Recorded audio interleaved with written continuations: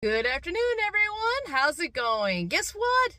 It's tea time, your favorite time of every Monday. Pull up a chair. Let's have a chat.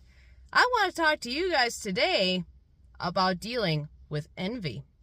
Cornelius Commodore Vanderbilt, the father of the New York Central System, rose to become the second most wealthiest man in America. Naturally, as one could expect of a railroad tycoon, this meant he had several embellishments, such things as private rail cars with fine dining china, plush beds and seats, to extravagant mansions that would rival anyone in the U.S. If your last name was Vanderbilt back then, you were practically royalty. It was soon discovered, however, that after his passing, the next few generations of Vanderbilts had champagne tastes with beer budget, all because they wanted to be the envy of the town and envy of the family. Their envy of each other had cost them their mansions, their wealth, and their family. So as you can see with Cornelius Vanderbilt, yes, he was one of the richest men in all the railroad history.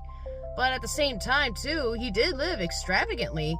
But just because it looks pretty on the outside doesn't mean it was all that great on the inside. As you saw, in the end, his family spent a lot of his wealth, and all to keep up an appearance.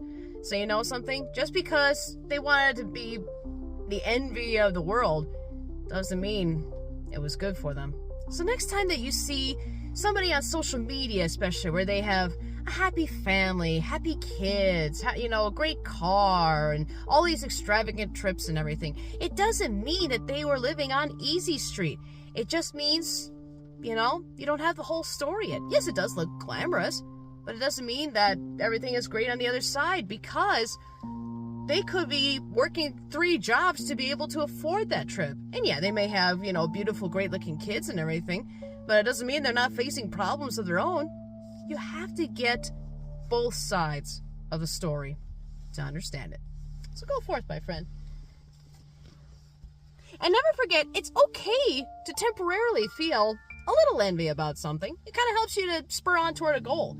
But don't ever wish that they could suffer so you can feel better. The key is to make sure that you be grateful for what you have. You may have a lot more than the person you're envious about. And never forget, God understands. Never be afraid to talk to him about it. Cheers to you, friend. Love you. Today's tea was brought to you today by Velocity Nutrition, located in Hudsonville, Michigan. Be sure to stop on by, see Miss Rebecca for all of your nutritional needs, from protein shakes to beautiful sweet teas, of course, and delicious nutritional treats.